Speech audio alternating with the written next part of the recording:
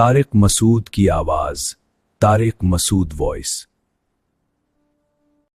الحمد لله نحمده ونصلي على رسوله الكريم، اما بعد فاعوذ بالله من الشيطان الرجيم، بسم الله الرحمن الرحيم، تبارك الذي جعل في السماء بروجا وجعل فيها سراجا وقمرا منيرا۔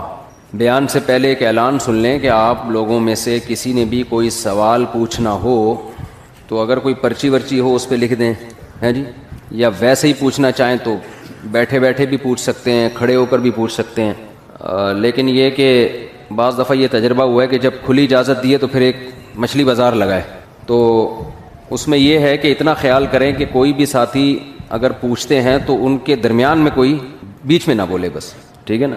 تو یہ میں نے پہلے اس لیے بتا دیا کہ بعض دفعہ سوالات ذہن میں ہوتے ہیں، وہ یاد نہیں آتے، تو بیان کے دوران انشاءاللہ آپ کو یاد آ جائیں گے۔ بیان میں کافی ٹائم ہے، یعنی میں نے جو قرآن مجید کی آیتیں پڑھی ہیں نا، میں بار بار ایک ہی بات اپنے بیانات میں آج کل کہہ رہا ہوں۔ لوگ کہتے ہیں یہ کیا ایک ہی ٹاپک کو ریپیٹ کرتے رہتے ہو؟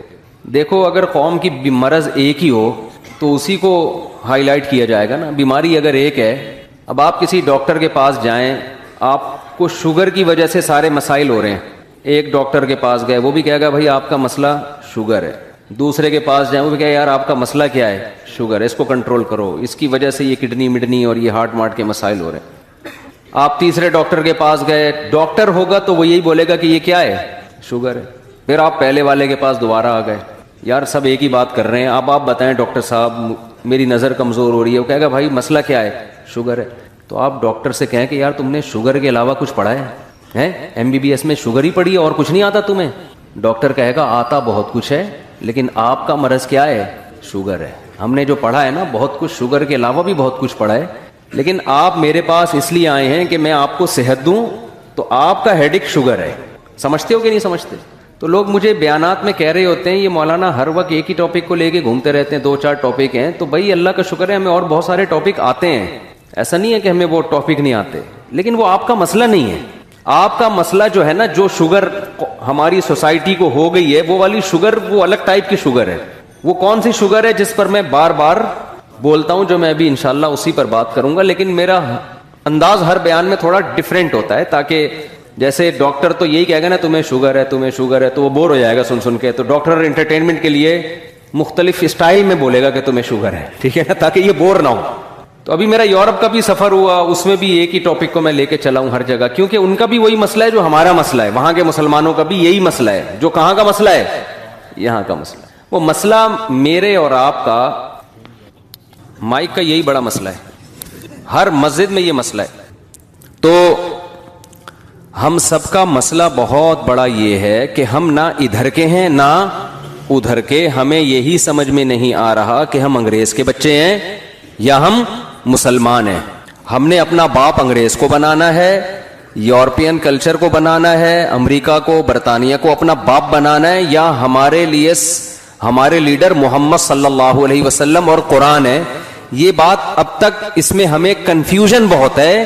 اسلام کو ہم اتنا فالو کر رہے ہیں جتنا ہمیں کلچر اجازت دیتا ہے۔ سمجھ میں آ رہی ہے بات؟ وہ تو گورے کے ہاں بھی یہ کلچر ہوتا تو وہ بھی اتنا اسلام فالو کر لیتا۔ نہیں، اسلام کو جو فالو کیا جا رہا ہے وہ اس لیے نہیں کہ کوئی کائنات کو بنانے والا ہے، اس نے ہمیں کچھ احکامات دیے، ہم مر کے پھر مٹی ہو کے ختم نہیں ہو جاتے، پھر ہمیں دوبارہ اس کے سامنے کھڑے ہو کر حساب و کتاب دینا ہے، جواب دینے ہیں، ڈے آف ججمنٹ ہے ایک، جس کا ایک ایک پل کا ہمیں حساب و کتاب دینا پڑے گا۔ یہ کانسیپٹ ختم ہوتا جا رہا ہے۔ تو بس ایک دماغ میں ایک بات بیٹھ گئی ہے کہ اسلام ایک اچھا مذہب ہے، دنیا میں بہت سارے مذاہب ہوتے ہیں، تو مسلمان کہتے ہیں اسلام تھوڑا دوسروں سے زیادہ اچھا ہے، اسلام تھوڑا دوسروں سے کیا ہے؟ زیادہ اچھا ہے، تو ٹھیک ہے فالو کر لینا چاہیے، کوئی حرج نہیں ہے اس میں۔ ایکچولی بھی پھر کر رہے ہوتے ہیں، کندھے بھی ہلا رہے ہوتے ہیں، نو پرابلم۔ اگر کوئی چلتا ہے، کوئی نماز وماز پڑھ لیتا ہے، ٹھیک ہے، نو ایشو۔ اسٹائل بھی یہی ہوتا ہے ہمارے لبرل لوگوں کا نا، یہ وہ والے لبرل جو بہت ٹائٹ قسم کے لبرل ہوتے ہیں، جو ہر چیز کی اجازت دیتے ہیں آپ کو کہ اگر کوئی بندہ داڑھی رکھ لیتا ہے تو ٹھیک ہے نا یار، کیا ہے، نہیں رکھتا تو بھی اس کا پرسنل مسئلہ ہے، نماز پڑھ لیتا ہے اچھی بات ہے، نہیں پڑھتا چلتا ہے۔ ایک چیز پر ساری دنیا متفق ہے، کسی کا دل نہ دکھاؤ، کسی کا دل نہ دکھاؤ، یہ ساری دنیا میں کامن ہے کہ یہ تو سب مانتے ہیں بھائی دل جو کسی کا دکھائے گا وہ بہت ہی غلط آدمی ہے، دل کسی کا بھی نہ دکھاؤ. انسانیت, human rights, women rights, rights کی بات, کتوں کے رائٹس, بکری کے رائٹ, بلے کے رائٹس. کراچی میں جتنے کتوں کے حقوق کا تحفظ ہو رہا ہے, کاش اس کا 10واں حصہ انسانوں کے حقوق کا تحفظ ہو جاتا نا. کتا مارنا کراچی میں آسان ہے, مشکل ہے. بندہ مارنا آسان ہے. کتوں سے زیادہ کراچی میں جوان موتیں ہو رہی ہیں. ابھی این ای ڈی یونیورسٹی کا واقعہ آیا ہے سامنے, اور افسوس اس پر ہوتا ہے کہ لڑکے تماشا دیکھ رہے ہیں.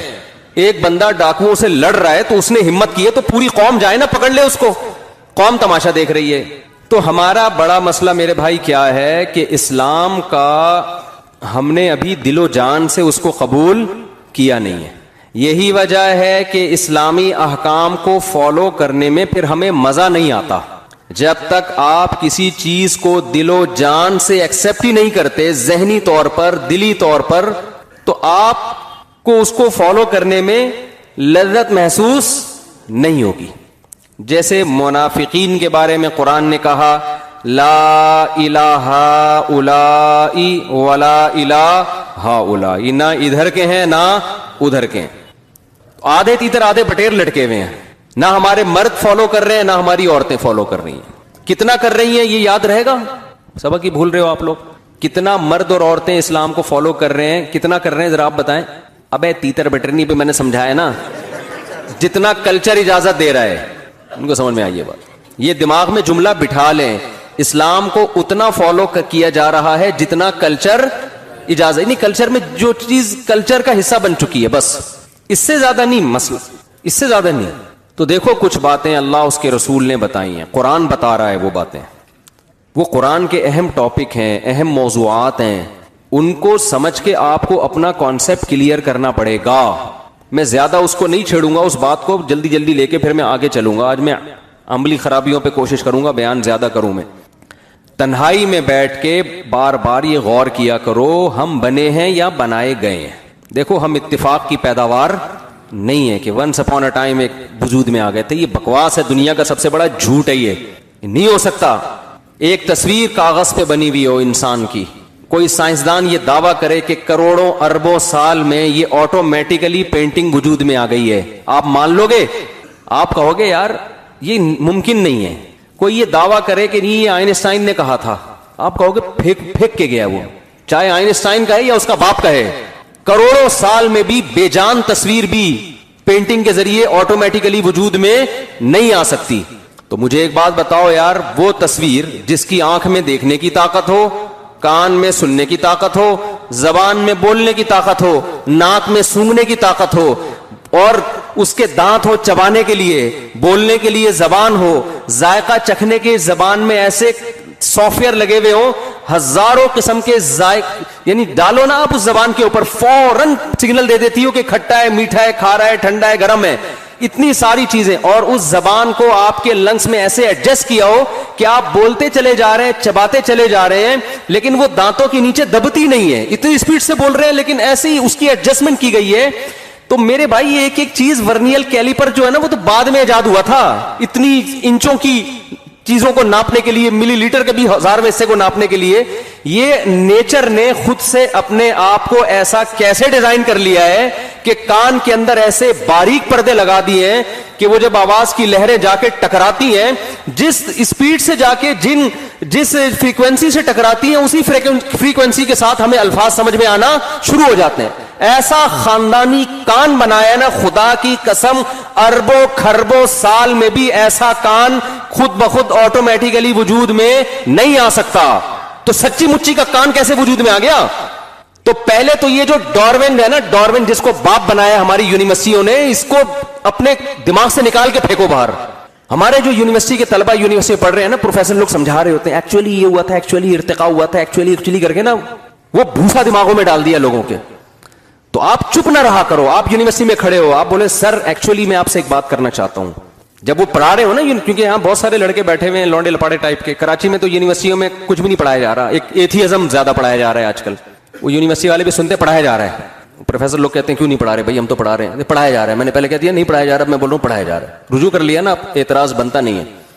تو جب بھی کوئی اس طرح کی بات کیا کرے نا کہ یہ وہ فلانے نے یہ بولا ہے, بڑے سائنسدان نے کہ یہ ایکچولی یوں ہوا تھا, آپ بولو سر یہ کائنڈلی یہ پاسبل بولو نہیں. یہ نہیں ممکن ہے, یہ نہیں ہو سکتا. انگلش میں بول دیا کرو اٹ ازنٹ پاسبل. وہ کہیں سائنس کا حوالہ دو, آپ اس سے کہیں کہ سر سائنس کا حوالہ آپ کے ذمے ہے, جو دعویٰ کرتا ہے دلیل اس کے ذمے ہوتی ہے, دلیل اس کے ذمے ہوتی ہے. ہم تو کہہ رہے ہیں یہ ایک کاغذ پہ تصویر نہیں ہو سکتی, یہ کیسے آنکھ ناک کان کیسے بن گئی, یہ نہیں ہو سکتا بھائی. اور کوئی بات کریں سر. جلدی سے ایک بات کروں کیونکہ لوگ پھر سن کے کہتے ہیں یار ایک ہی آپ چیز کو ریپیٹ کرتے رہتے ہیں. آگے چلتا ہوں پھر میں. دیکھو وہ نیوٹن کا قانون ہے نا کہ کسی چیز میں جب تک حرکت نہ دی جائے تو حرکت نہیں ہو سکتی, متحرک کو روکا نہ جائے تو رکنی, یہ ہے نا. میں تو دیسی اسٹائل میں بیان کر رہا ہوں. اس کا خلاصہ یہ ہے کہ چینجنگ کے بغیر, چینجر کے بغیر چینجنگ, اصل مسئلہ یہ ہے اس کا. ہم اس کو اپنے الفاظ میں یوں ڈیفائن کر لیتے ہیں, ایکسپلین کر لیتے ہیں کہ چینجر کے بغیر چینجنگ نہیں ہو سکتی. ہو سکتی ہے کہ چینجر کے بغیر اس کائنات میں چینجنگ, تو جس کائنات میں چینجر کے بغیر چینجنگ نہیں ہو سکتی, کریٹر کے بغیر کریٹنگ کیسے ہو سکتی ہے یار؟ کریٹنگ زیادہ مشکل ہے, چینجنگ زیادہ مشکل ہے. بولو کیا ہو گیا؟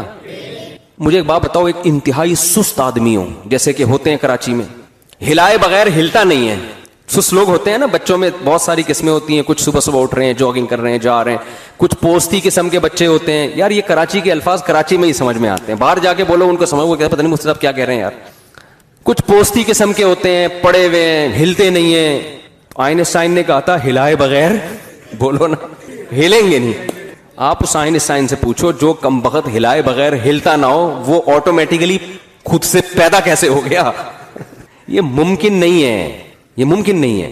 تو ہم مانتے ہیں کسی خدا نے ہمیں بنایا ہے, اس پوری کائنات کو بنایا ہے. تو اللہ یہ کہتا ہے, خدا یہ کہتا ہے, ہم تو اسی خدا کو مانیں گے نا جو قرآن, کیونکہ اس کے علاوہ تو کوئی اور خدا کا ہم سے رابطہ ہی نہیں ہے. یہاں بھی لوگ اعتراض اکثر کرتے ہیں کہ بھئی ہم مسلمانوں کے اللہ کو کیوں مانے, کوئی کریٹر ہے تو ہے نا, یہ والا کیوں ہے جس کو مسلمان اللہ کہتے ہیں. تو بھئی ہمارے پاس اس کے علاوہ کوئی آپشن نہیں ہے, کوئی اور خدا ہم سے بات چیت ہی نہیں کرتا, نہ ہمیں حکام دے رہا ہے, نہ کتابیں نازل کر رہا ہے, نہ پیغمبروں کو بھیج رہا ہے. ہم تو اسی کو مانیں گے جو اویلیبل ہے. اگر کوئی اور ہے تو وہ مارکیٹ میں لاؤ یار, ٹھیک ہے نا, انٹروڈکشن کرواؤ. کوئی ہے ہی نہیں اس کے علاوہ جس کا بندوں سے رابطہ ہو. تو ایسے مبہم خدا کو مان کے کیا کرنا ہے جس کا مخلوق سے سرے سے کوئی رشتہ ہے, وہ پیدا کر کے اس نے چھوڑ دیا ہے. تو جو لبرل لوگوں کا خدا ہے نا, اس کا انسانوں سے کوئی رشتہ نہیں ہے. وہ یہ بتانے کے لیے بھی تیار نہیں ہے کہ میں نے انسانوں کو پیدا کیوں کیا, جب وہ لفٹ ہی نہیں کرا رہا ہمیں, تو ہم اس کو لفٹ کیوں کرائیں. نہیں یاری بات میرا خیال ہے سمجھ میں. وہ رشتوں کی مثالوں سے نا بات سمجھ میں آتی ہے. رشتوں کی مثال ہر جگہ فٹ ہوتی ہے.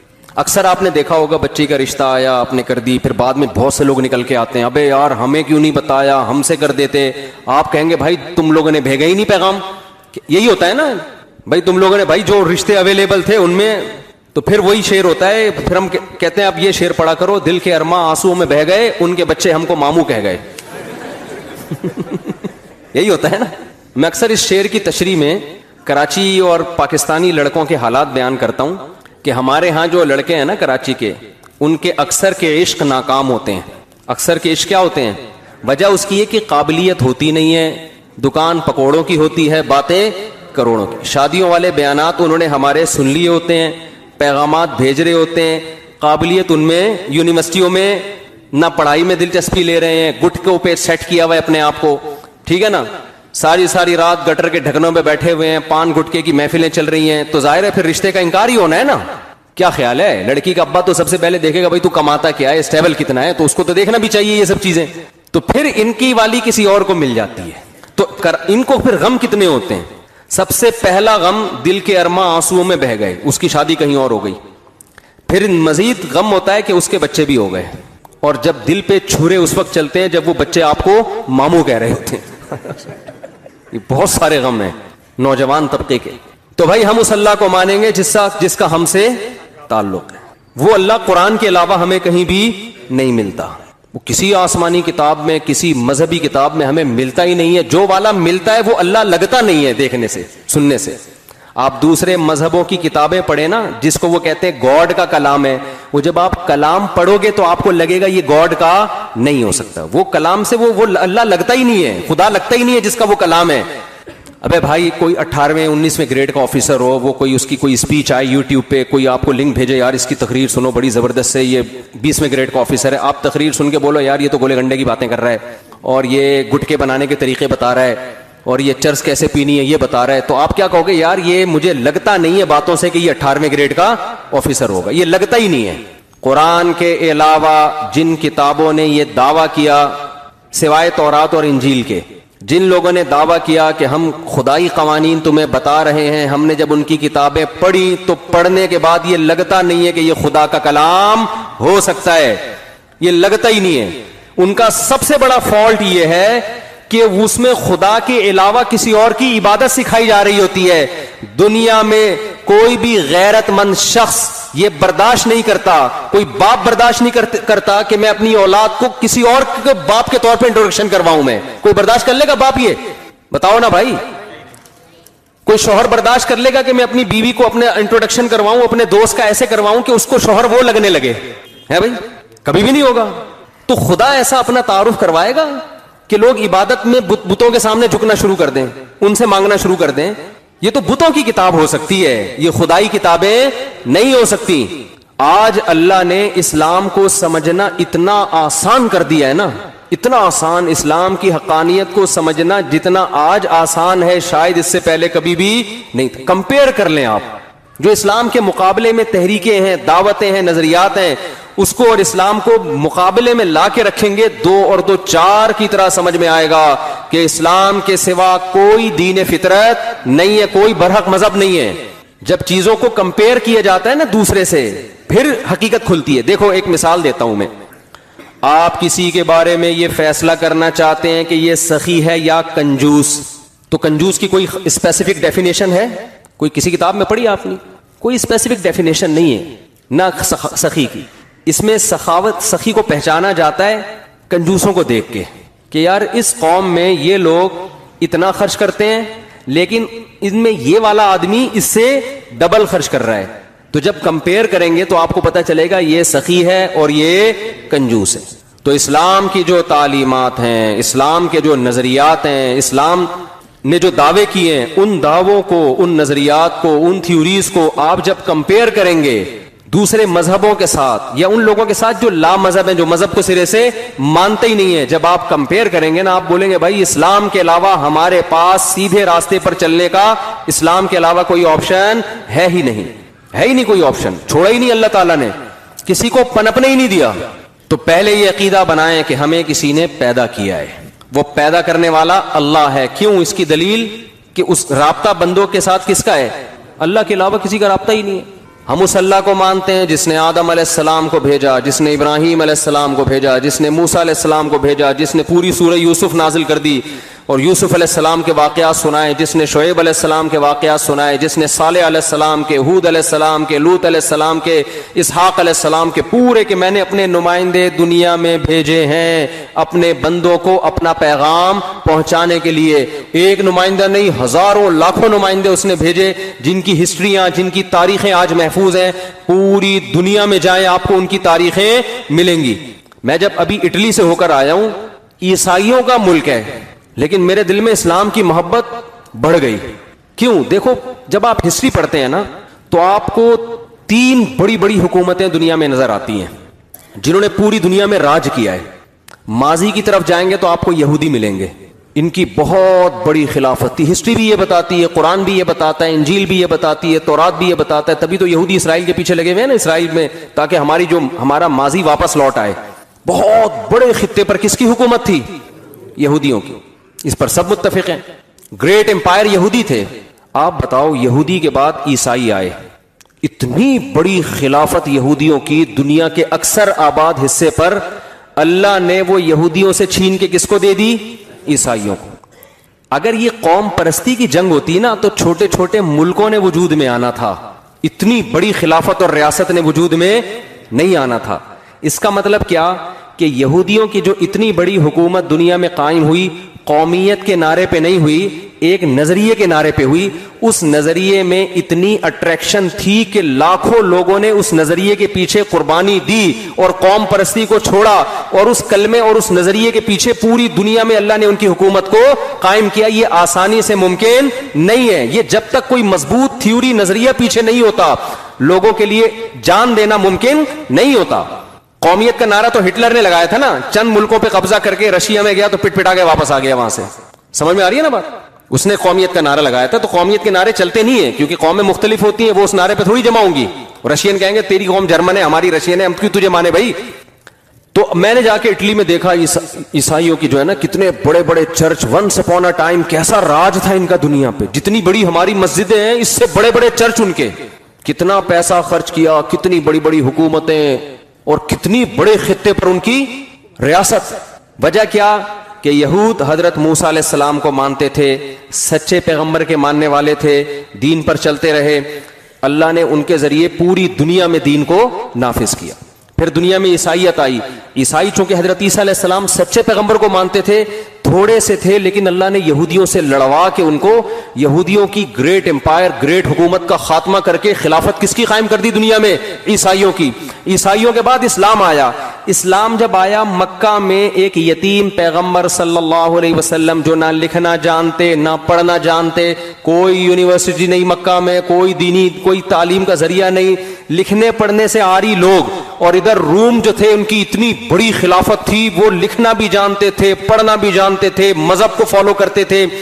لیکن اللہ نے آخری نبی صلی اللہ علیہ وسلم کو بھیجا مکہ میں جہاں پانی نہیں ہے. ان کو قرآن ان پہ نازل ہوا، اور عرب کے وہ بدو جن پہ کوئی حکومت کرنا پسند نہیں کرتا کہ ان میں مینجمنٹ کے علاوہ سب کچھ ہے، ان کو جوڑا نہیں جا سکتا، جس کو قرآن نے بیان کیا لو انفقت ما فی الارض جمیعا، اے محمد صلی اللہ علیہ وسلم اگر پوری دنیا کی دولت بھی آپ ان پہ خرچ کر دیتے، ان کے دلوں کو آپ جوڑ نہیں سکتے تھے. ولکن اللہ الف بینہم، اللہ نے ان کے دلوں کو اس کلمے کی برکت سے جوڑ دیا ہے. تو کتنی زبردست قربانیاں انہوں نے دی ہیں، اور قوم پرستی کا کیسا خاتمہ کیا ہے. ہمارے نبی صلی اللہ علیہ وسلم کی جنگ سب سے پہلے عرب کے خلاف ہوئی ہے، حالانکہ آپ عربی تھے.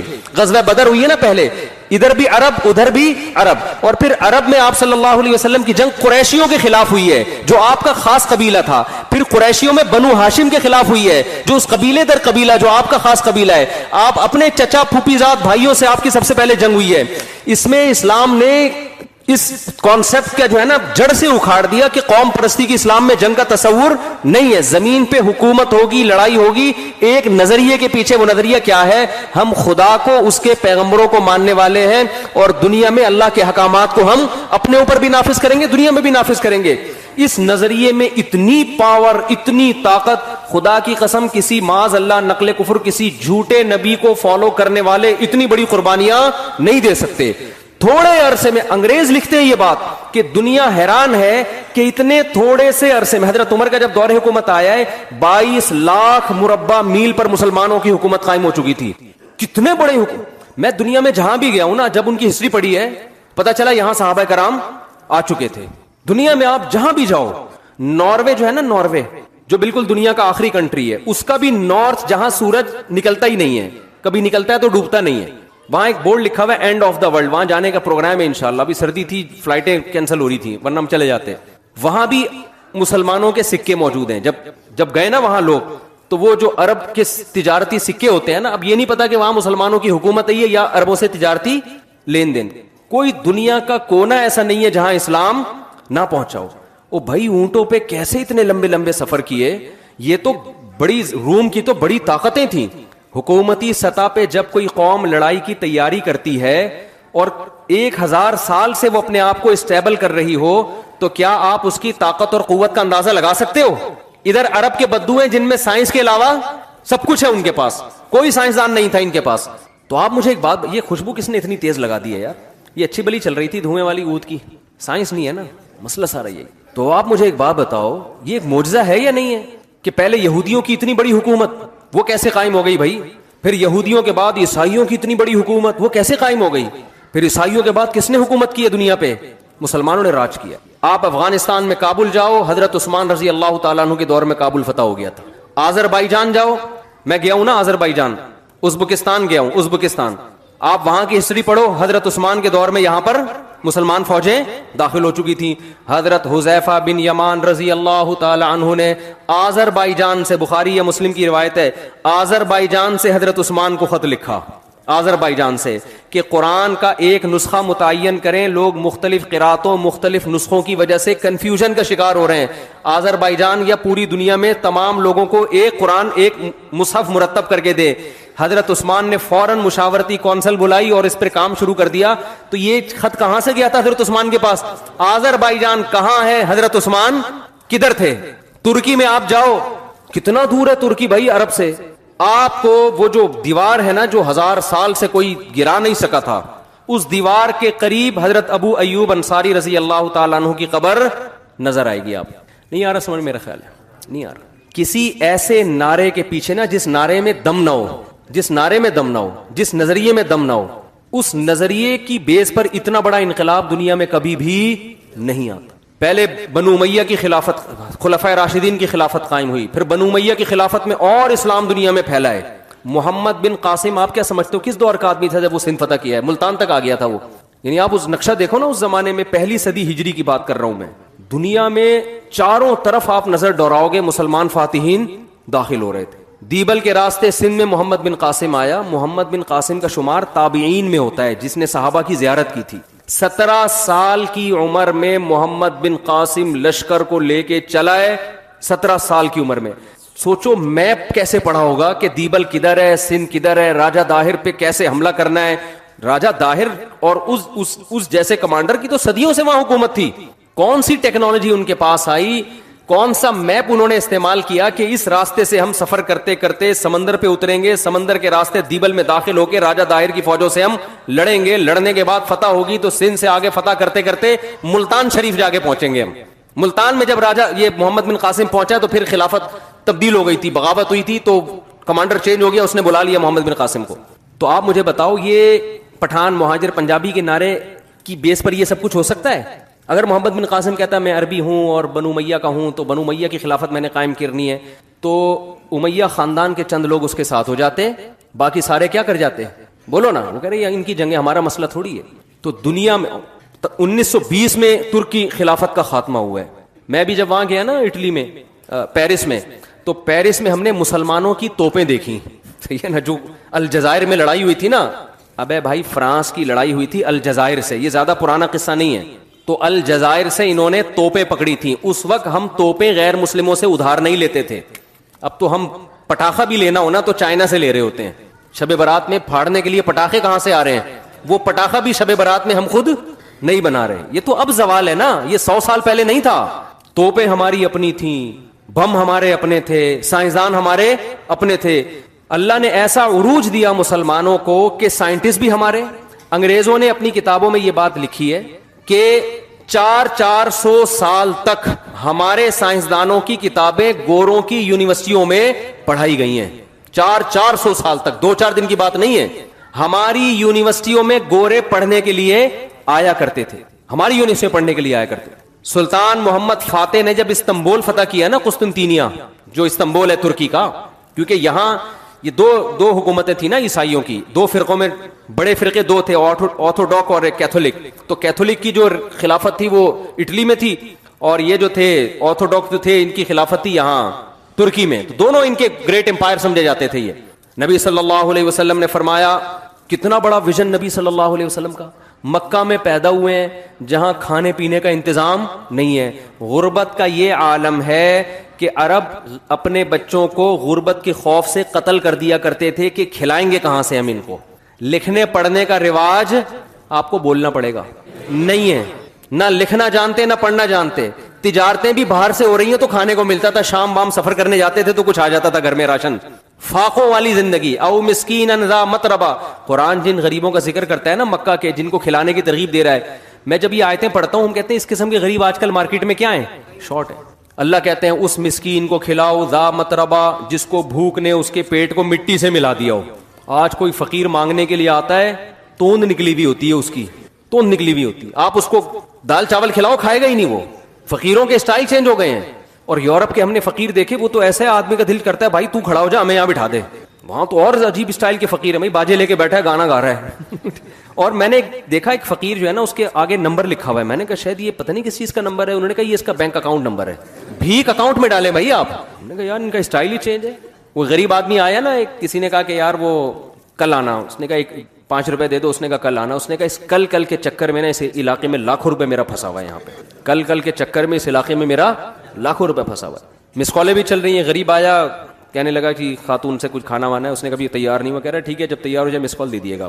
تو یہ غریبوں کے اسٹائل چل رہے ہیں. عرب کے غریب واقعی غریب تھے, آج بھی ایسے غریب بھی ہیں, میں یہ نہیں کہہ رہا.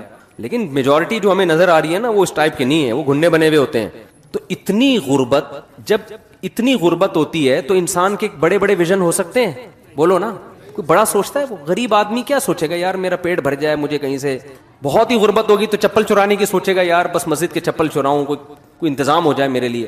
اتنی غربت والے ماحول میں محمد صلی اللہ علیہ وسلم پیدا ہو رہے ہیں. ایسی قوموں کی آپس میں جنگیں تہذیب نہیں ہے, جنگیں ایسی کہ ان پر کوئی حکومت کرنا پسند, بڑی بڑی حکومتیں تھیں اڑوس پڑوس میں, عیسائیوں کی, یہودیوں کی, لیکن یہاں کوئی نہیں آنا چاہتا تھا. یار یہ قحط زدہ علاقہ ہے, ریگستان ہے, گھاس کا تنکا اگتا نہیں. آپ کبھی جہاز میں سفر کریں مکہ تو دیکھیں نیچے ریگستان ہی ریگستان. یار ادھر کیا کرنا ہے ہم نے حکومت کر کے, ملے گا کیا یہاں سے؟ یہ تو تیل اب دریافت ہوا ہے نا, اس وقت تھوڑی دریافت ہوا تھا. لیکن محمد صلی اللہ علیہ وسلم جو یتیم ہیں, آپ کی پیدائش سے پہلے آپ کے والد کا انتقال ہو گیا, 6 سال کی عمر میں والدہ کا انتقال ہو گیا. ویژن کیا ہے؟ ویژن آپ خوشخبری سنا رہے ہیں کہ میری امت کا وہ گروہ جو استنبول پہ حملہ کرے گا, نعم الجیش جیش یغزو القسطنطینیہ, کیا بہترین لشکر ہوگا جو قسطنطینیہ فتح کرے گا. میں اور آپ اس دور میں ہوتے, ہم کہتے بھائی یہاں کھانے کو روٹی نہیں ہے بھائی, کھانے کو. جیسے وہ ایک عورت نے اپنے میاں سے بولا کہ میں نے سوچا ہے کہ ہم سوئٹزرلینڈ چلتے ہیں گھومنے پھرنے کے لیے, تو آپ بتائیے خرچہ کتنا ہوگا؟ اس نے کہا کچھ بھی خرچہ نہیں ہوگا. اس نے کہا سوئٹزرلینڈ کا کوئی خرچہ نہیں ہے؟ کہتا ہے بیگم سوچنے پر کوئی خرچہ نہیں. اگر ایک غریب آدمی کی بیگم یہ بات کرے کہ ہم نے سوئٹزرلینڈ جانا ہے, اور وہ کہے کہ ویژن بڑا ہونا, جیسے موٹیویشنل اسپیکر آج کل بتا رہے ہوتے ہیں نا, آپ لوگ سنتے ہوں گے بہت سارے نوجوان موٹیویشنل اسپیکرز کو, بڑی بڑی بات صحیح بھی کرتے ہیں, باتیں بہت پھینک بھی رہے ہوتے ہیں لمبی لمبی. ویژن بڑا ہونا چاہیے. ابے کتنا بڑا ویژن کرے گا آدمی؟ لوگ مذاق اڑائیں گے, دکان پکوڑوں کی باتیں کیا کر رہا ہے, ٹھیک ہے بڑا ویژن ہونا چاہیے, لیکن کتنا بڑا ہونا چاہیے, اس کی بھی ایک لمٹ ہونی چاہیے نا. تو اب آپ بتاؤ, آج کوئی اس طرح کا غریب آدمی ہو اور وہ یہ دعویٰ کرے کہ یوں ایسا جس نے جو ہے نا یہ کر دیا, تو آپ کیا کہیں گے؟ بھائی تو اپنی اوقات دیکھ کے بات کر, تو باتیں کیا کر رہے ہیں. لیکن محمد صلی اللہ علیہ وسلم نے جب فرمایا کہ بہترین لشکر وہ ہے جو قسطنطینیہ پہ, وہ بھائی عیسائیوں کی ایسی ریاست ہے یار جو 1000 سال تک کوئی اس کو فتح نہیں کر سکا. اتنی موٹی دیوار جس پر گاڑیاں چلتی ہیں, چلتی تھیں بھی اب بھی ہیں, اور چاروں طرف انہوں نے اس کا حصار کھینچا ہوا ہے. دنیا میں کوئی اس دیوار کو کراس نہیں کر سکتا. ایسی توپ اب تک ایجاد نہیں ہو جس دیوار میں دراڑ مار دے. کتنا, اور اس وقت تو ایسی توپیں تھی بھی نہیں.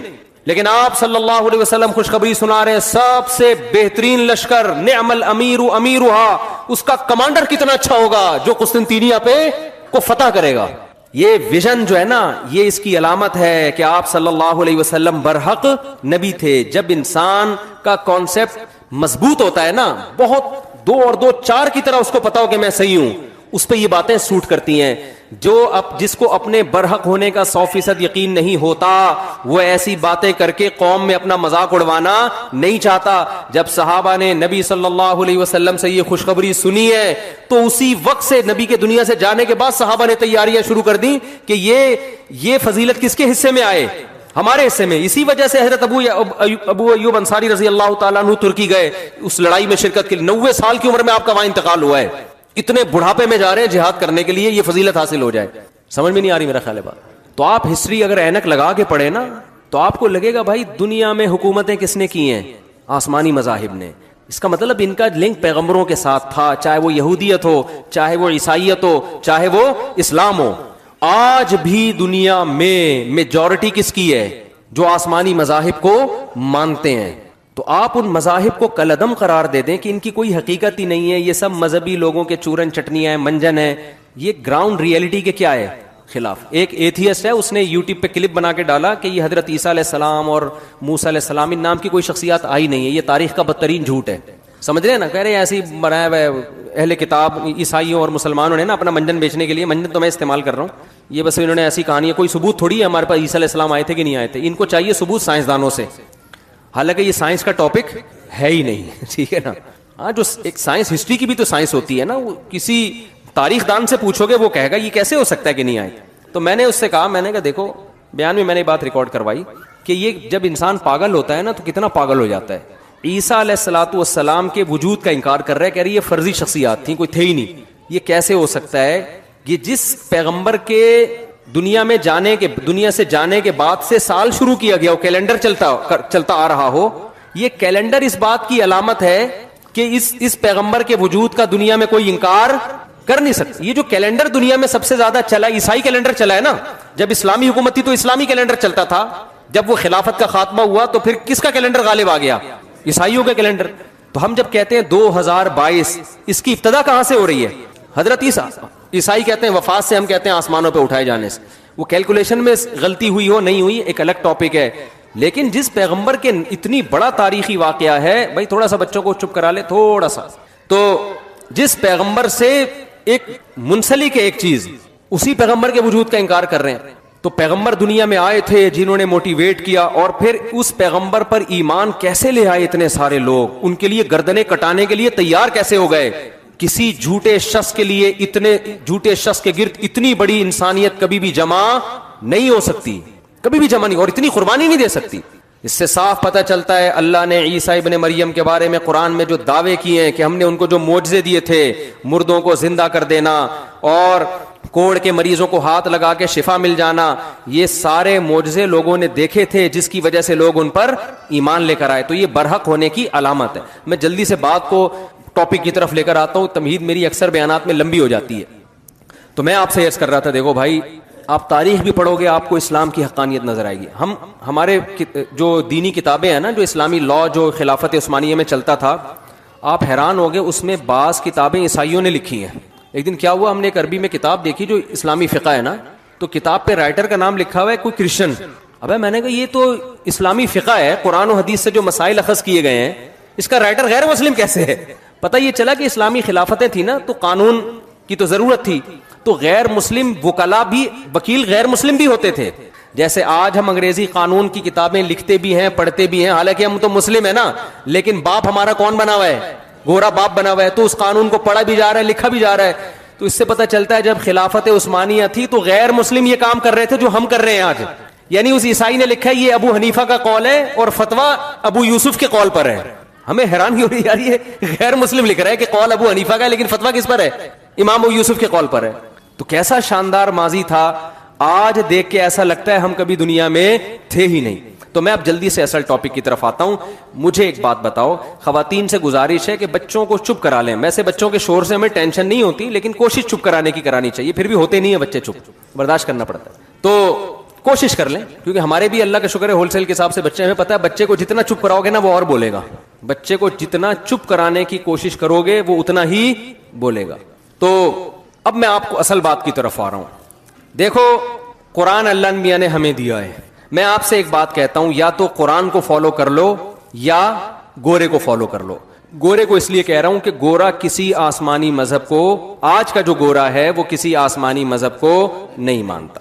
وہ کہتا ہے کہ ہماری گورنمنٹ ہمیں بتائے گی کہ صحیح کیا ہے اور غلط کیا ہے. گورنمنٹ میں اگر ایک چیز لیگل ہے اس کا مطلب وہ ٹھیک ہے, گورنمنٹ میں اگر انلیگل ہے تو اس کا مطلب کیا ہے, وہ غلط. تو یہی کانسیپٹ ہماری سوسائٹی میں آ گیا ہے. لوگ اس کسی حد تک گورنمنٹ کو تو لفٹ کرا دیتے ہیں.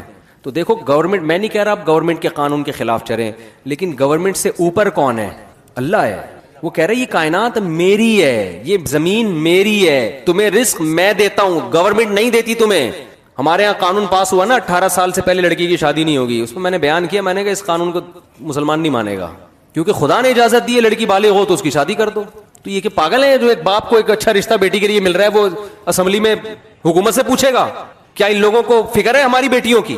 باپ سے زیادہ کوئی فکر مند ہوتا ہے اپنی بچیوں کے لیے؟ ہر چیز میں حکومت, ہر چیز میں حکومت باپ بنا دیا یار. ہماری پرسنل لائف میں بھی حکومت گھس رہی ہے. طلاقیں کون دے رہی ہے آج کل؟ گورنمنٹ دے رہی ہے. بیوی آپ کی ہوگی, طلاق کون دے رہا ہے؟ جج دے رہا ہے اس کو. یہ ہو رہا ہے کہ نہیں ہو رہا سوسائٹی میں؟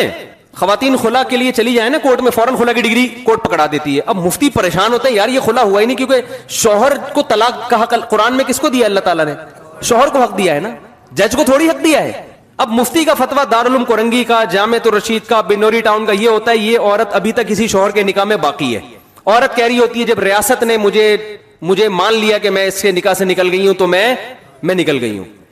ٹھیک ہے, ریاست آپ کو اس پہ پروٹوکول دے گی, لیکن خدا نہیں چھوڑے گا قیامت کے دن. خدا کہے گا یہ جج کی بیوی نہیں تھی, یہ گورنمنٹ کی بیوی نہیں تھی. اسلام شخصی ملکیت کا قائل ہے. میں نہیں کہہ رہا بیوی مالک ہوتی ہے, شخصی حقوق کا قائل ہے. ریاست کا کام ہے مینجمنٹ. ریاست کو باپ بننے کی اجازت اسلام نے نہیں دی ہے. میں ریاست کا تصور اسلام میں بتاتا ہوں کیا ہے. دیکھو اسلام ریاست کے بارے میں جو آپ کا کانسیپٹ کلیئر کرتا ہے وہ یہ ہے کہ کچھ لوگ اکٹھے رہتے ہیں, ان میں بعض دفعہ کوئی دوسرے پہ ظلم کرتا ہے, تو ریاست ظلم کی ڈیفینیشن بیان نہیں کرے گی, وہ اللہ بیان کر چکا ہے. ریاست حیا اور بے حیائی کو ڈیفائن نہیں کرے گی, وہ اللہ پہلے بیان کر چکا ہے. ریاست حقوق کو بیان نہیں کرے گی, وہ اللہ پہلے بیان کر چکا ہے. ریاست کا کام یہ ہے کہ کہیں حق تلفی ہو رہی ہے تو کوئی تو جگہ ہو جہاں لوگ جس پہ ظلم ہو رہا ہے وہ اپیل کر سکے, وہ بتا سکے, اس کے لیے قانون سازی کرتی ہے ریاست. نہیں آ رہی میرا خیال ہے بات سمجھ میں؟ جہاں مینجمنٹ کی ضرورت ہے وہاں مینجمنٹ کا کام کرے گی ریاست. مثال کے طور پر ہر شخص کا حق ہے کہ وہ سفر کرے, پیدل بھی کر سکتا ہے, گاڑی میں بھی کر سکتا ہے. اب سارے گاڑیاں لے کے روڈ پہ آ جائیں تو ٹکرائیں گے نا آپس میں, تو کوئی ایک تو ایسی طاقت ہو جو ان کو آپس میں کیا کرے, مینج کرے. تو وہ طاقت یہ کرے گی جگہ جگہ کھمبوں پہ بتیاں لگا دے گی کہ جب لال بتی جلی ہوئی ہوگی تو اس نے رکنا ہے, گرین بتی پہ تم نے کیا کرنا ہے, چلنا ہے. اور اس قانون کو کا امپلیمنٹ کرے گی, جو نہیں چلے گا اس کو یہ سزا ملے گی, جو چلے گا اس کو یہ ثواب ملے گا. آپ کو میں عجیب بات بتاؤں, جو دنیا میں جتنی سیکولر حکومتیں ہیں نا, ہم تو دیکھ کے بھی آئے ہیں, خدا کی قسم یہ انسانی حقوق کی آزادی کی بات تو کر رہے ہیں لیکن انہوں نے خدا کی غلامی سے نکال کے انسانوں کو اپنا غلام بنا لیا ہے, اور ایسا غلام بنایا ہے کہ ایسے ہم نہیں ہیں. آپ بتاؤ, جو ملک آپ کی تنخواہ آدھی تنخواہ ٹیکس میں لے رہا ہے, کس بیس پہ لے رہا ہے بھائی؟ تو آدھی تنخواہ ٹیکس میں کہہ رہے میں نے بوڑھوں کو کھلانا ہے. اب بوڑھے کو کھلانا ہے اس کی ذمہ داری تھوڑی ہے. نہیں آئی میرا خیال ہے بات سمجھ میں؟ مثال کے طور پر میں 1 لاکھ روپے کما رہا ہوں, گورنمنٹ 50,000 لے کے فلاں بوڑھے پہ خرچ کر دیتی ہے. یہ اس بوڑھے کے ساتھ تو احسان ہو رہا ہے, میری حق تلفی ہو رہی ہے کہ نہیں ہو رہی؟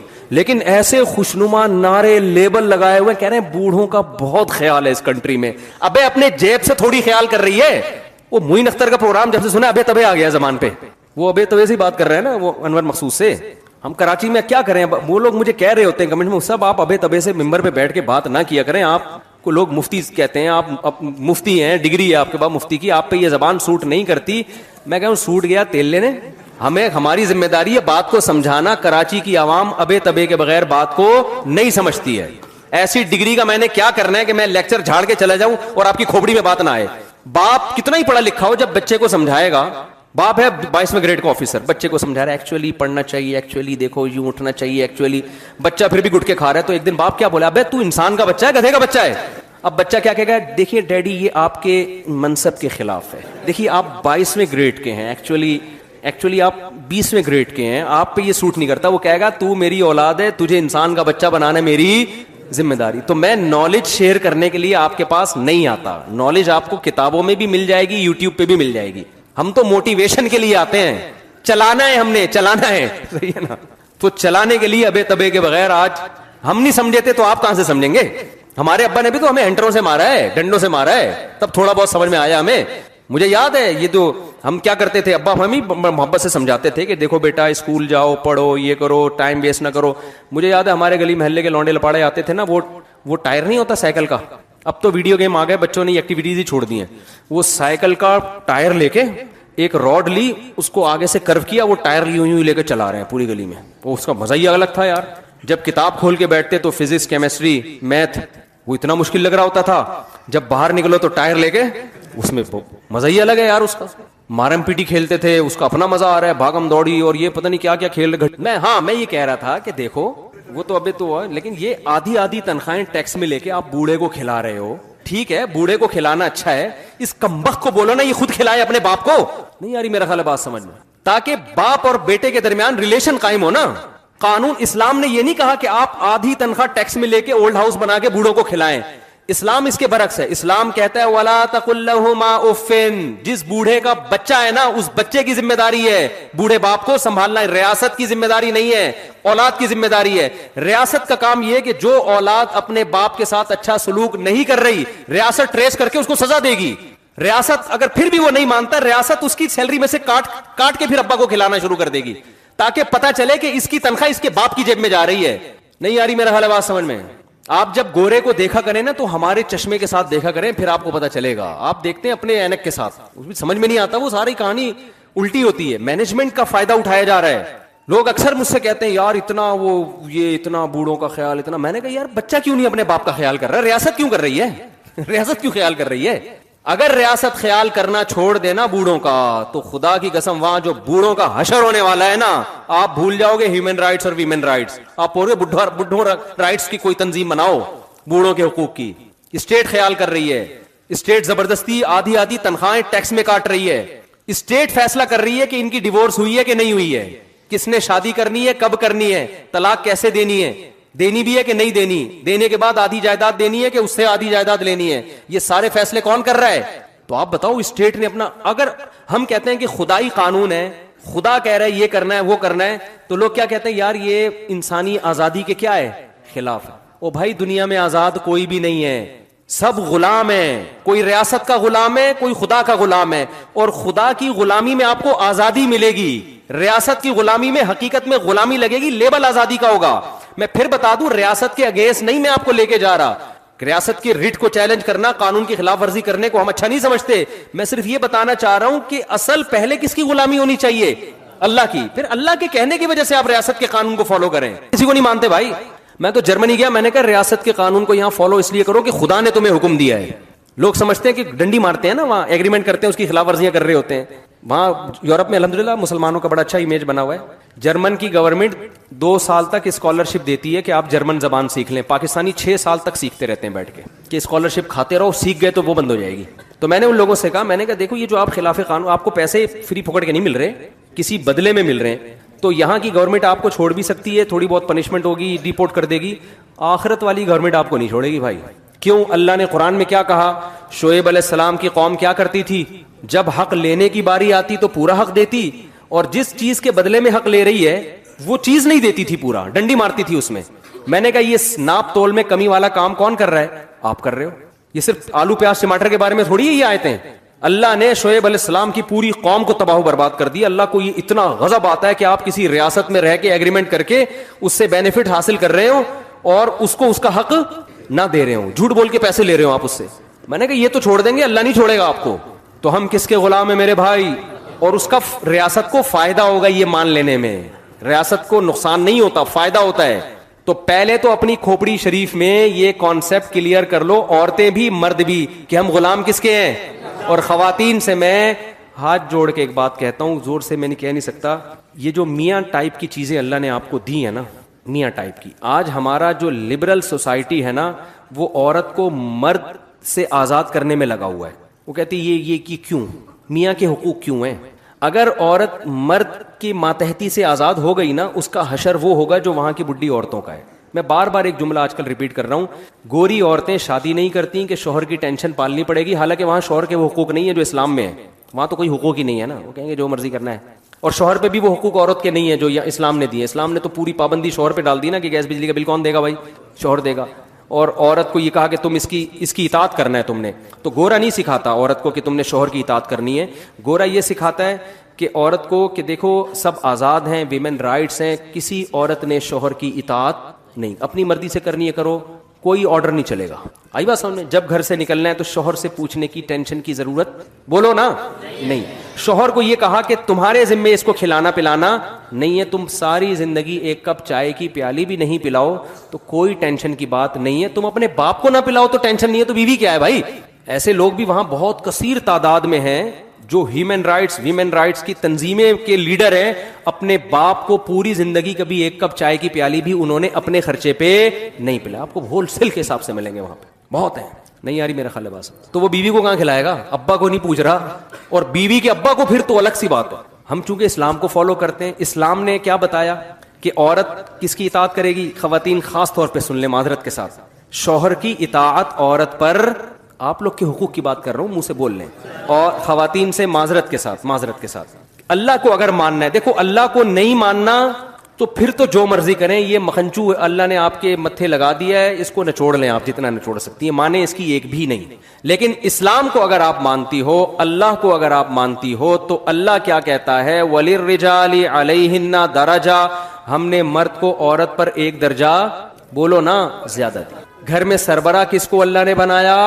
یہ وہ چیزیں جو ہماری سوسائٹی سے نکلتی جا رہی ہیں. گھر میں سربراہ معذرت کے ساتھ کس مکھنچو کو بنایا, شوہر کو. تو سربراہ کا مطلب کیا ہے, اس کی ماننی ہے یا نہیں ماننی ہے, اس کی اطاعت کرنی ہے جائز باتوں میں, ناجائز باتوں میں یا اس اپنی استطاعت سے زیادہ باتوں میں نہیں. بعض لوگ بہت زیادہ بوجھ ڈال دیتے ہیں, وہ نہیں. جائز چیزوں میں گھر سے نکلتے ہوئے میاں سے پوچھنا ہے میں جا سکتی ہوں. گھر میں شوہر کی مرضی کے بغیر کوئی نہیں آ سکتا. شوہر اگر پسند نہیں کرتا کہ آپ فلاں سے بات کیا کرو, تو پھر عورت پر لازم ہے کہ وہ فلاں سے بات بولو نا نہیں. ہاں صلہ رحمی قطع رحمی نہیں, ماں سے بات پر پابندی لگائے, یہ رائٹ اللہ نے میاں کو نہیں دیا. بہن سے بات پر پابندی لگا دے, اگر اتنی کہ بار بار نہ کرو. بعض دفعہ فساد ہو رہا ہوتا ہے نا, بہنیں بھڑکا رہی ہوتی, میاں یہ کیسز بہت آ رہے ہوتے ہیں میرے پاس. شوہر کہہ رہا ہو تو بھی بہن سے, شوہروں کو تو ہم یہی مشورہ دیں خام خواہ کی ٹینشن دینے کی ضرورت نہیں ہے, پابندیاں نہیں لگاؤ بلا وجہ کی. تم چنگیز خان کی اولاد میں ہو, تم کیا کر رہے ہو بیٹھ کے, شکر کرو بہن سے باتیں کر رہی ہے تو. لیکن لا کی بات کر رہا ہوں, قانون کی بات کر رہا ہوں. جو جائز پابندیاں جس کا شوہر سمجھ رہا ہے کہ میرے گھر میں نقصان ہو رہا ہے, تو شوہر بیوی کو ماتحت کر سکتا ہے, پابندی بولو نا لگا سکتا. اب اگر جو عورت اللہ اس کے رسول کو مانے گی, وہ مانے گی میرا خدا اللہ ہے, تو وہ اپنے شوہر کی اطاعت کرے گی, شوہر کے لیے نہیں. کس کو خوش کرنے کے لیے؟ اللہ کو. کیونکہ نبی نے فرمایا وہ عورت جنت میں نہیں جا سکتی جس کا شوہر اس سے ناراض ہو. کسی معقول بات پہ, نامعقول کی بات نہیں کر رہے ہم. بعض میاں آڑے ترشے ہوتے ہیں, وہ فضول قسم کے. اور میرے بھائی خواتین کو 2-4 باتیں کر کے 1-2 باتیں پھر اور کروں گا, کائنڈلی تھوڑا سا اور برداشت کر لیں مجھے. بچوں کے بارے میں ماں رائے دے گی اپنے میاں کو, یہاں پڑھانا ہے, یہاں نہیں پڑھانا, یہ بنانا ہے, وہ بننا ہے, فلاں جگہ شادی کرنی نہیں کرنی, رائے ضرور دے گی, اس کو پورا حق ہے. اور شوہر کو چاہیے اپنی بیوی کے جذبات کا اس معاملے میں خیال کرے, لیکن آخری فیصلہ کس کا ہوگا؟ شوہر. وہ جو ڈن کر دے گا تو پھر عورت کو اس کی مخالفت کی اجازت نہیں ہے. اگر وہ کرے گی تو شریعت کی اصطلاح میں ناشزہ کہلائے گی. ناشزہ, نشوز کہتے ہیں شوہر کی نافرمانی. آئی بات سمجھ میں کہ نہیں آئی ہے؟ اچھا. تیسری بات, اولاد روک نہیں سکتے دونوں ایک دوسرے کی مرضی کے بغیر. شوہر کو اولاد چاہیے, بیوی یہ نہیں کہہ سکتی کہ مجھے نہیں چاہیے. بیوی کو اولاد چاہیے تو شوہر یہ نہیں کہہ سکتا کہ مجھے نہیں چاہیے. اسلامی قانون یہی ہے, چاہے تیسرا ہو, چوتھا ہو, 5واں ہو, 8واں ہو, 6واں ہو, 10واں ہو, نسل دونوں کی پرمیشن کے بغیر کوئی بھی بولو نا. اتنی انٹرفیئرنس ہو رہی ہے نا ہر معاملے میں, بیوی کے بجائے اماں کی چل رہی ہے گھروں میں, بیوی کی اماں کی. سمجھ میں آ رہی ہے بات؟ بچے کون سے اسکولوں میں پڑھیں گے؟ اکثر میں ایک واقعہ بتاتا ہوں, شوہر کی آمدن سے زیادہ اس پہ بوجھ ڈالا کیا جاتا ہے اسکولوں کا. ہمارے ایک دوست تھے, وہ ان کی وائف نے کہا کہ بچے ہمارے فلاں انگلش اسکول میں پڑھیں گے, اس کی فیس ٹھیک ٹھاک تھی نا. وہ کہہ رہا ہے یار میں نہیں اتنی افورڈ کر سکتا, اور کر بھی سکتا ہوں تو میں باقی چیزوں میں بہت پیچھے رہ جاؤں گا. تو دونوں کا کیس میرے سامنے آیا. میں نے کہا کہ دیکھو شوہر کی اطاعت آپ پر کیا ہے؟ واجب ہے. آپ کی سمجھ میں بات آئے نہ آئے, آخری فیصلہ کس کا ہوگا؟ میاں کا. ہم اس کو کہیں گے یار اچھے اسکول میں پڑھاؤ, وہ کہہ رہے نہیں پڑھا سکتا میں, میری تنخواہ اتنی, اگرچہ افورڈ کر سکتا ہوں لیکن باقی چیزوں میں پھر پان گٹکے کا تو رہوں گا ہی نا. بالکل, کوئی تھوڑا سا تو پان گٹکے کا بھی خرچہ نکال کے رکھنا ہے نا, تھوڑا سا بچانا بھی ہے. اور بھی غم ہے زمانے میں یار, درمیانے درجے کے اسکول میں پڑھا لو, اللہ اسی میں بنا دے گا. میں نے ان کی خاتون کو کہا, میں نے کہا دیکھیں یہ اب آخری رائے کس کی چلے گی؟ شوہر کی. اللہ نے سربراہ کس کو بنایا ہے؟ شوہر کو. اب آپ مانیں اس کی بات. نہیں جی, پھڈا ہی نہیں ختم ہو کے دے رہا. پھر میاں کا فون آیا کہ بیگم کہہ رہی ہے میرے بھی تو بچے ہیں, جتنے تمہارے ہیں اتنے ہی کس کے ہیں؟ میرے بھی ہیں. پھر ساس کا فون آیا, وہ انٹرفیئر کر رہی ہیں, سسر صاحب انٹرفیئر کر رہے ہیں کہ بچے بڑے اسکول میں پڑھیں گے, ہماری بھی تو اولاد ہے. جب انہوں نے مجھے کہا نا کہ میری ساس اور سسر نے کہا ہماری بھی اولاد ہے, میں نے کہا مسئلہ حل ہو گیا. مسئلہ کیا ہو گیا؟ بہترین. اب تو کوئی مزے اڑاؤ. کہہ رہے کیوں بھائی, میرے پاس تو اس کا جواب ہی نہیں ہے. وہ کہہ رہے ہیں ہماری بھی تو اولاد ہے. میں نے کہا بہترین ہو گیا. ان سے کہیں چونکہ آدھی آپ کی ہے, آدھی میری ہے, آدھی فیس آپ دیں گے, آدھی فیس میں دوں گا. میں نے کہا یہ تو زبردست بات ہے یار, واقعی ان کی بھی تو اولاد ہے. ویسے ان کی اولاد ہے, پیسے خرچ کرنے میں ان کی اولاد, فری پھوکٹ کے مشورے تو دیتے رہو نا. سوئٹزرلینڈ کا مشورہ دے دیا تھا نا غریب آدمی کو اس کی بیوی نے کہ میں سوچ رہی ہوں سوئٹزرلینڈ چلتے ہیں. اس نے کہا کوئی خرچہ نہیں ہے, سوچنے پہ کوئی خرچہ نہیں ہوتا. تو اس سے گھروں میں بڑے فسادات ہو رہے ہیں. ہماری عورتوں کو پتہ ہی نہیں ہوتا کہ بھائی, نہ بچوں کو پتا ہوتا ہے کہ کس کی ماننی ہے. بچوں کو بھی اسلام نے پابند کیا ہے کہ جب باپ اور ماں کی رائے میں اختلاف ہوگا آرڈر میں, تو سربراہ کون ہے؟ باپ ہے. ماں کا حق اخلاق میں 3 گنا زیادہ ہے, لیکن اطاعت کس کی جائے گی؟ ابا کی.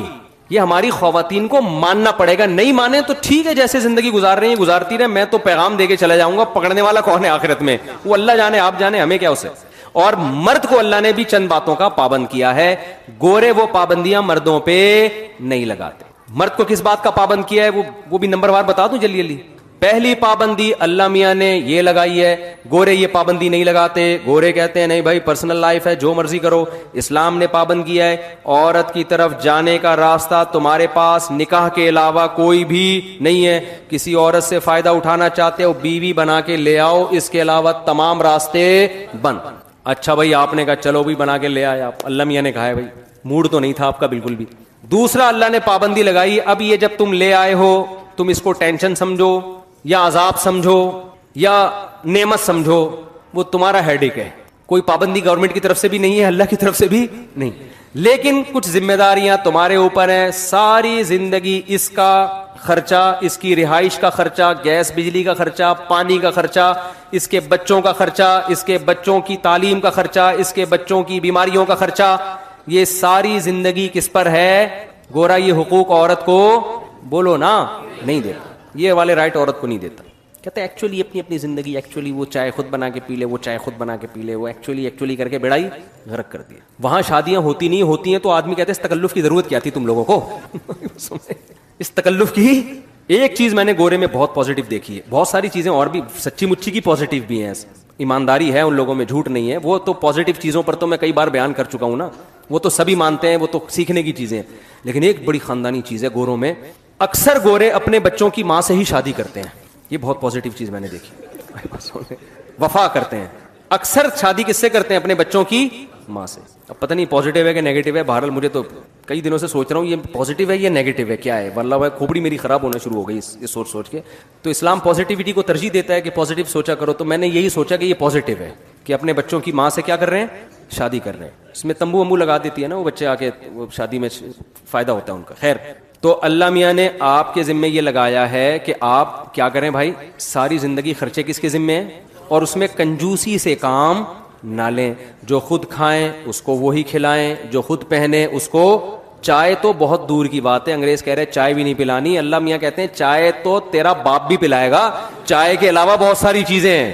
صرف اتنا اسلام نے نہیں کر دیا کہ عورت کو میاں کا پابند بنا دیا ہے، میاں کو جو جکڑا ہے وہ زیادہ جکڑا ہے. سمجھ میں آ رہی ہے بات؟ اس کو زیادہ مشکل میں ڈالا ہے. دوسری بات، جو خود کھانا ہے وہ اس کو کھلانا ہے، جو خود پہننا ہے وہ اس کو، یعنی جس اسٹینڈرڈ کا.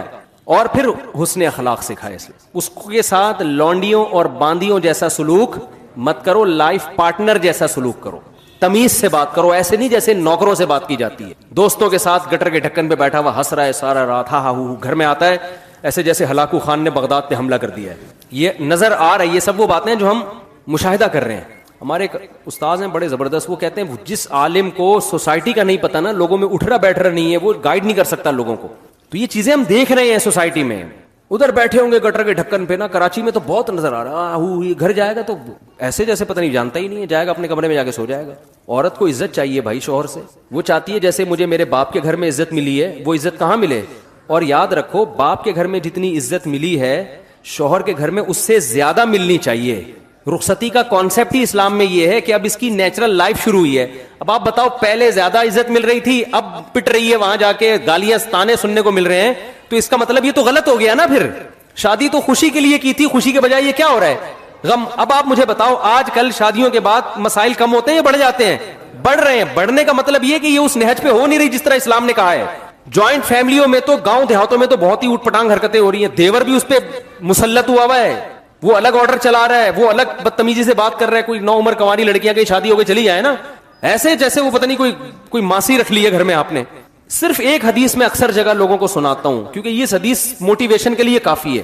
ہمارے نبی صلی اللہ علیہ وسلم برتن میں پانی اس جگہ منہ لگا کے پیتے تھے جہاں حضرت عائشہ نے جس جگہ منہ لگا کے پانی پیا تھا. کوئی باندیوں کے ساتھ، لونڈیوں کے ساتھ، غلاموں کے کو یہ رسپیکٹ دیتا ہے کوئی؟ تو یہ آج دینداروں میں بھی یہ کیا چل رہی ہے؟